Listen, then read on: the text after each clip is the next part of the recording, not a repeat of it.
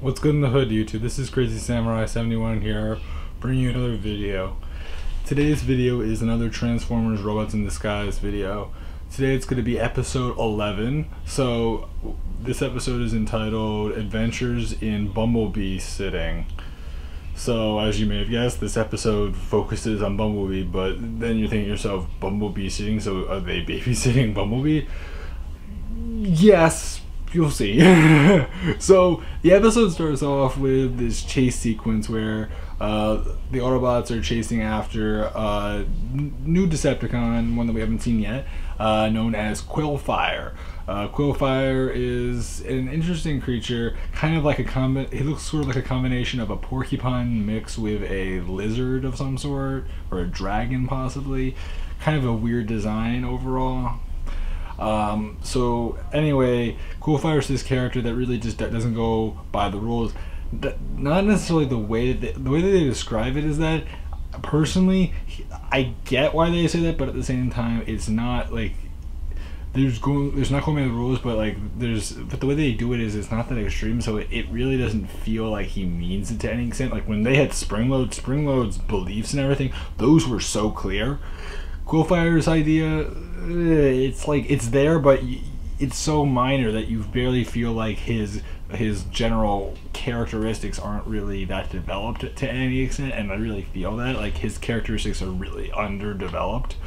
But anyway, what happens is that they get into this chase sequence. We get to see that Quillfire does have a vehicle mode, which is cool. So they chase after Quillfire, and eventually Quillfire, as you may have guessed, he can shoot quills out of his body. Now, you may wonder, what do these quills do to the person that's inflicted? Well, or the bot that's inflicted. So what happens is that eventually they get into a sequence where all the Autobots are dealing with him, and the thing is that you know, Grimlock's pretty massive. So when the Quillfire tries to shoot at Grimlock, B tries to save Grimlock from getting hit by his quills. Now, this may seem like a smart idea to an extent, although this is a risky move. What ends up happening is that B ends up being hit with the quills. Now, these quills, you may wonder, what do they do? Well, at first they end up not making him unconscious for a while and kind of loopy. Eventually, though, they bring him back to the base, and they have to remove the quill from his body, using Fix-It as a tweezer, basically a pair of pliers or tweezers to basically take it out, which is very dangerous because if you don't take it out correctly, he could be in a bad situation. But we find out that apparently the effects of Quillfire spikes vary. I mean, it's a toxin. The quills have a toxin in them, but the thing is that if the effects vary depending on who it inflicts. In this case, B ends up his mind ends up turning back to the age of a little kid. In fact, not only a little kid, but a kid younger than, say, Rusty would be. So Rusty's probably, you know, maybe middle school. He's probably elementary, if not like really, really early, like preschool. So, as you may have guessed, tons of energy. And B really acts that way. Now, does that mean that he can't speak? Does that mean that he doesn't have any brain? No, he's just not mature. He still has some knowledge, but he's not by any means the same B. And this results in him running around doing all sorts of crazy stuff, and he ends up pulling pranks on each of the bots who try to hold him down. So what happens is that at first, like for example, a strong arm. Well, actually, I'm trying to remember now what it was. Grimlock gets his foot stuck in a tub, or am I thinking of Strongarm? I'm forgetting now. I believe it was Strongarm gets her foot stuck in a tub of rubber cement, and Grimlock has to pull the tub off of Strongarm's leg, and that creates an issue. But then there's other issues, like at one point, I'm trying to remember now. Sideswipe gets into a situation where there's a wire spring trap, which basically happens where if you step on it, what happens is that Sideswipe does this. Okay, so technical error there. There was a small thing that I had to do.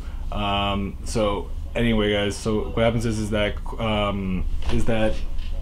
Sideswipe ends up getting shot with some screws, and that creates an issue. Eventually, though, we see Strongarm has been pranked, and this time, Grimlock also gets pranked. I forget exactly how Grimlock gets pranked, but it's not good regardless.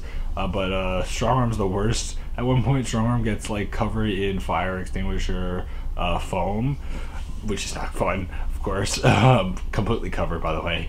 But anyway, this all happens. There's tons more pranks, and eventually, but they realize that they have to go after Quillfire. So they have to put someone in charge of taking care of B. And you've been wondering who's in charge of the team right now. Strongarm is, if anyone's curious. Yes, Strongarm is in charge of the team temporarily due to the fact that B is, you know, not in the best of ways.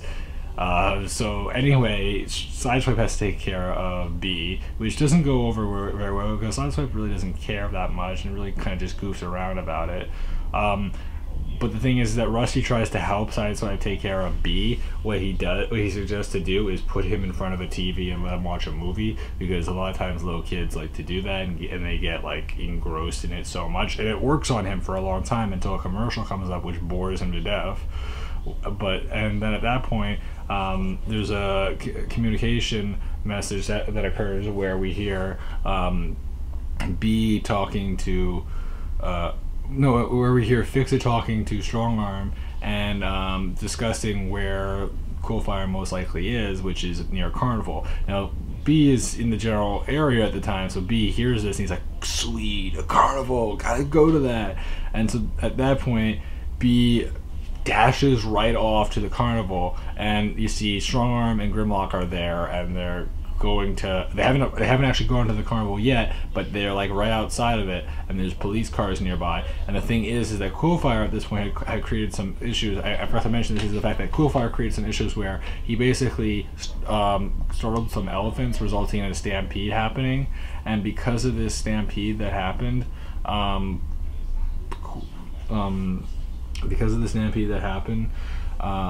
it's a problem. So then what happens is that B comes out of nowhere from behind Strongarm and Grimlock, and he wants to go see the carnival.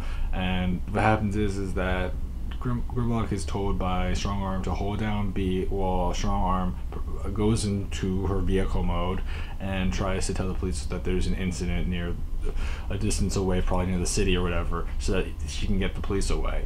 So that works out well because, you know, she's in a vehicle mode and she could be a human voice, so it doesn't make a difference.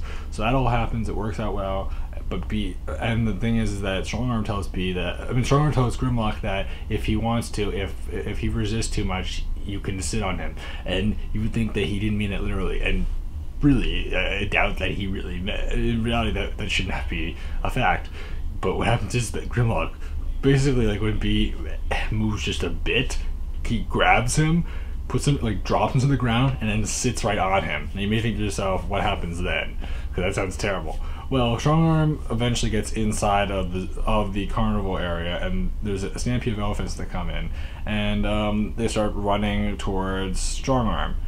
Strongarm begins to run in the direction that they're running, but so that Strongarm can avoid them and hopefully get around them.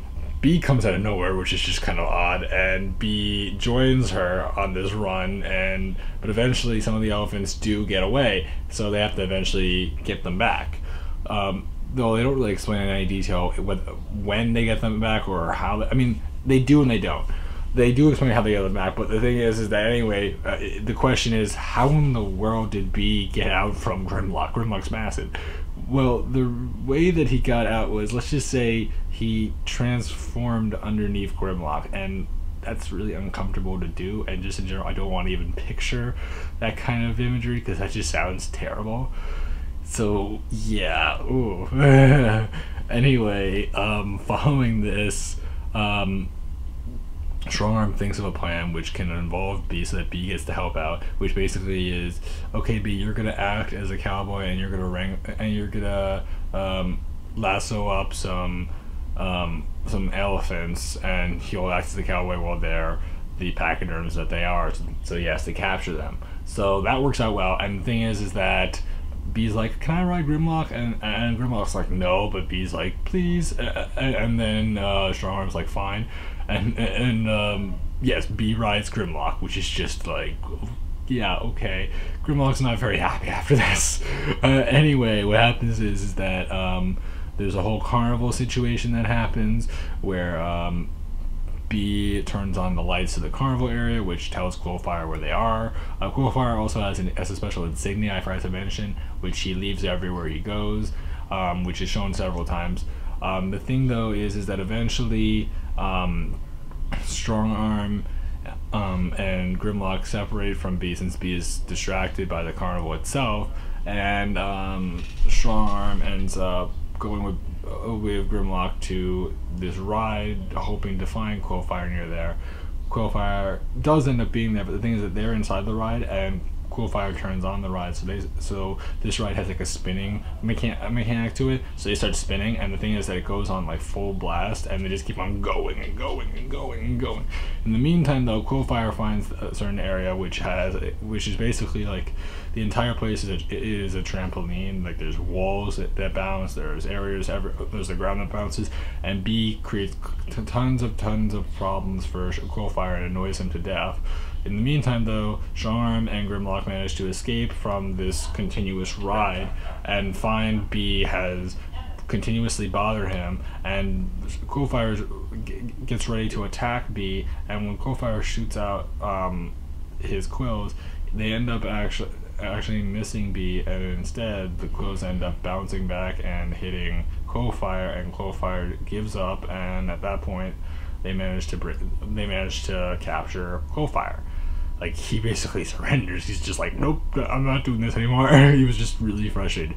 Anyway, you may wonder, how do they turn back B? Well, the thing is that originally the idea was that it has to be removed. Like, him being immature is a time-based thing. It will stop when the toxin stops working. So, in order for them to completely get rid of this, what they decided to do is they decided to chain him to the top of the carnival and then just wait until he turns back to normal B. Does this work? Yes. Does he remember anything afterwards? No. But regardless, that happens. So then there's a whole discussion, and B thanks Strong Arm for acting as leader temporarily, and B ends up falling into some rubber cement. It's like, classic. And it's just funny because he's like, Sideswipe says that because he used to do that as a kid as well. So, but as you may have guessed, it's a good connection to what's happened in this episode. So anyway, that's pretty much it for this episode. I hope you guys enjoyed it. It's a pretty fun episode. It's not the best ever. I really don't like. This is probably a weaker episode for sure, I would say. But you know, it's fun at the same time. You know, it's a filler. It's not the best episode by any means at all. But you know, it works to an extent, and it's a okay filler. I mean, look, it's another Decepticon. It's one that really, I don't even remember that Decepticon other than seeing images of it in the past, but I don't remember it otherwise in the, like, you know, G1 or anything like that. So I hope you guys enjoyed this. I can't say much else about whether or not what I feel about Quillfire. I really don't necessarily care too much for him. I think that he was kind of an extra entirely. Like, he didn't really have much of a purpose. His ability wasn't all that exciting. It was very, very much so a filler. But he was technically one of the Decepticons they needed to capture that was a prisoner, so he does count for something. But he's okay. So anyway, guys, I hope you enjoyed this episode. I will see you in whatever video I make next, and please remember to like, comment, and subscribe. The question of the day will probably be, who is your favorite Decepticon so far, and why? And also, I probably will ask, what other do you like when shows have babysitting episodes? Actually, that would probably be my question time. You know what? That would be my question time probably. Do you like when shows have babysitting episodes where characters turn really young and then characters have to babysit, or something happens where they turn young? you know, there's regression. Please comment down below, answer that question, as well as just in general, answer it, like put any other comments, anything you guys want, you know. So anyway, guys, remember to stay awesome, and I will see you guys in whatever video again, and goodbye.